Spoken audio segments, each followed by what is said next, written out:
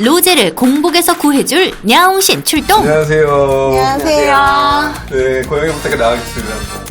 선생님, 로제 잘 부탁드려요. 근데 저기 편하게 자고 있는 애가 문제 있는 애 같진 않은데. 네, 쟤는 꿈이. 제가 왔는지 없는지 신경을 하나도 안 쓰네요. 네, 쟤는 지금 낮잠 시간이어가지고. 아, 정말? 저는 잘 먹고 잘 자요. 로제는 어딨어요? 로제는 지금 저기 냉장고 위에. 또 낯선 사람이 왔냐옹. 과연 로제의 첫인상은? 되게 겁먹은 느낌은 아니긴 한데. 이게 겁먹은 게 아니라고요? 이사 후 로제는 줄곧 냉장고 위에서 숨어 있었고 억지로 끌어내려도 다시 냉장고로 올라가 눈치를 보곤 했는데요. 얘가 완전히 지금 표정이 겁먹어서 숨어있다라는 느낌이기보다는 이러한 생활 패턴이 되게 익숙한 느낌. 로제가 냉장고 위에 숨어 있는 게 아니다? 약간 반 식빵 굽고 있죠. 고양이가 쭈그리고 있다고 해서 다 똑같은 자세가 아니거든요. 이게 보통 식빵 굽는 자세는 이 앞발목이 안으로 들어가 있기 때문에 이게 도망가는 시간이 걸리죠.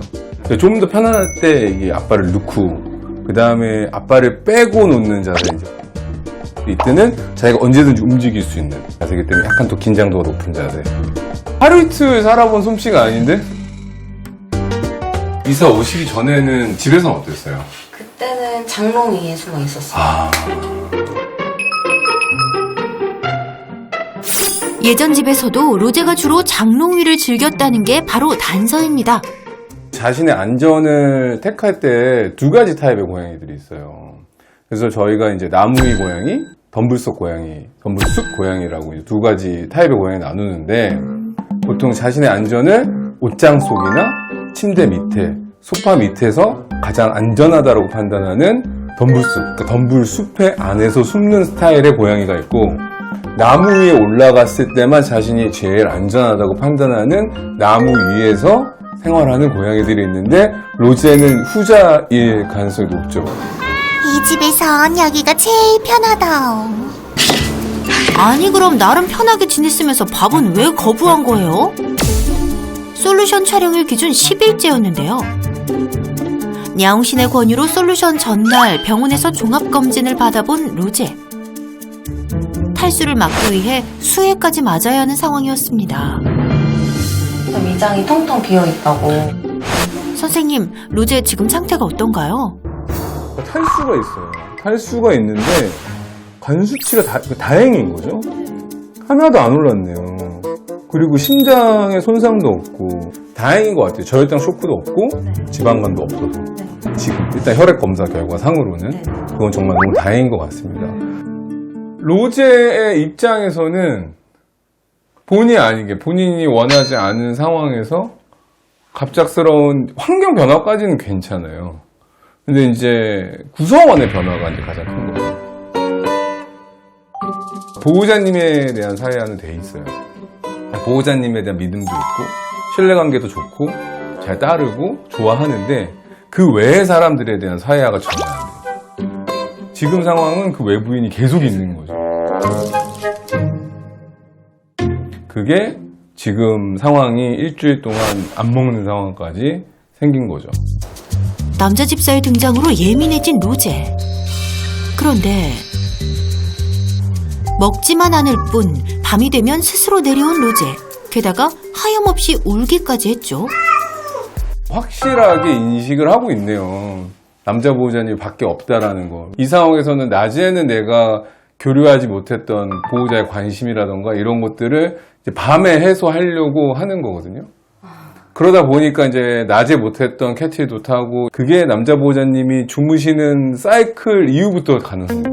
자야 되는데. 깨우는 거예요. 놀자고. 로제만 라이프 사이클이 바뀐 거죠, 완전.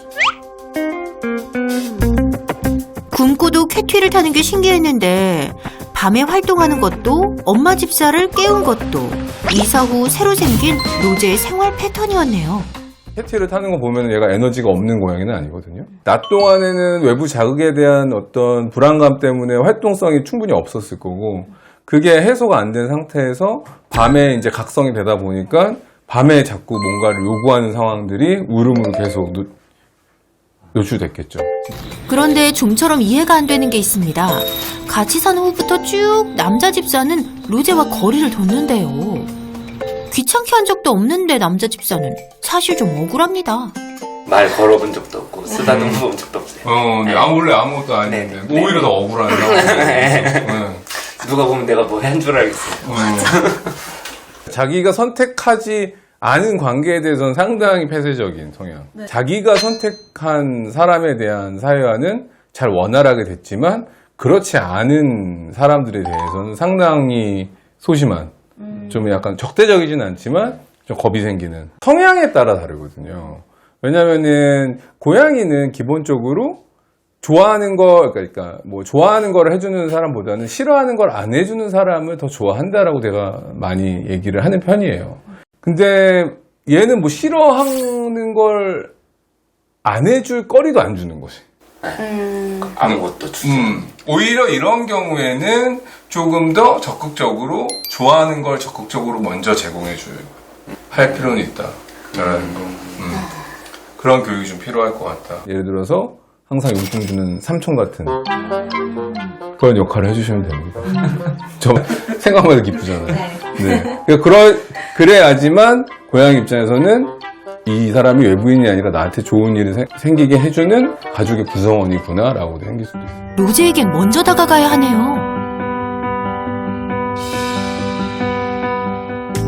솔루션을 위해 로제를 냉장고 위에서 빼내는 엄마 집사. 집사야, 이제 막 나가는 거냐?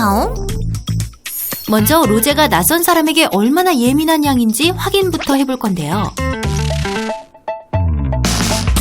로제에게 눈길도 안 주고 조심스럽게 자리를 이동하는 야옹신. 그런데 야옹신이 소파에 앉자마자 도망쳐버립니다. 아, 이렇게 빨리 반응하는 걸 보니 낯선 사람이 정말 싫긴 한가 봅니다. 살짝만 움직여도 반응이 격한데요. 낯선이가 오든지 말든지 아무렇지 않은 꾸미와는 정반대. 로제야, 왜 난리냐?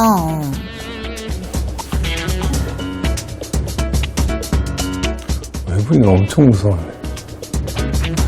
놀란 로제의 가슴을 진정시키러 빈 방으로 들어가는 엄마 집사. 로제야, 괜찮아. 안심해도 돼. 이 모든 상황이 벌어지는 동안 남자 집사는 조용히 다른 방에서 대기 중인데요. 몸통줄이 풀릴 정도로 엄청 경기 일으키면서 도망갔어요. 그 남자 부장님은 어느 정도인지, 전 완전 외부인이고 지금 그래도 조금 익숙해진 사람이니까 비교는 될 것 같아요. 엄마 집사와 둘이 있으니 안정을 찾기 시작하는 로제. 20여 분이 지난 후 다시 거실로 나올 수 있었습니다. 로제야, 이제 준비됐지? 자, 이제 남자 집사가 나설 차례. 선생님, 뭐부터 하면 되죠? 꽉 안아서. 아하, 이거 쉽지 않을 것 같은데요. 과연 남자 집사는 로제를 품에 안아볼 수 있을까요? 익숙한 엄마 집사 품에서 벗어나 낯선 남자 집사에게 안겼습니다. 세상에, 로제야, 너무 잘했어. 남자 집사 세상을 다 가진 표정입니다. 매일 이런 스킨십 갖는 시간을 가지세요. 15분씩 2번. 일단 첫 단계는 성공. 로제가 남자 집사를 낯선 사람이 아니라 가족 일원으로 받아준 것 같네요. 그래서 지금은 일단은 보호자님이 퇴근할 때, 아침에 나갈 때도 간식 주고 가고 밥 주고 나가고, 퇴근했을 때도 와서 밥 주고 간식 주거나, 항상 좋은 일이 생기는 이벤트로만 만들어주는 거예요. 이제 루틴이 완전히 확실하게 인식된다면은 밥도 다시 좀 먹을 거고, 그리고 조금 더 활동적이 될 수도 있겠죠. 저 앉아서 네. 이쪽에 앉아. 좀 줘보세요. 간식 좀 줘. 오, 로제가 열흘 만에 음식을 먹었습니다. 남자 집사가 편해졌나 본데요.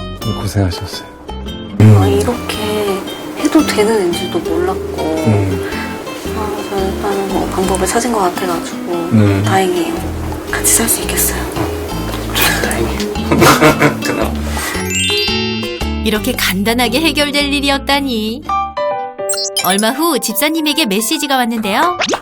지금 남자 집사람 궁딩이 팡팡도 하고 안 먹던 로제 이젠 없다. 코 박고 폭풍 흡입하는 로제만 있을 뿐. 그리고 냉장고 위 대신 캣타워에서 꾸미랑 잘 지낸대요.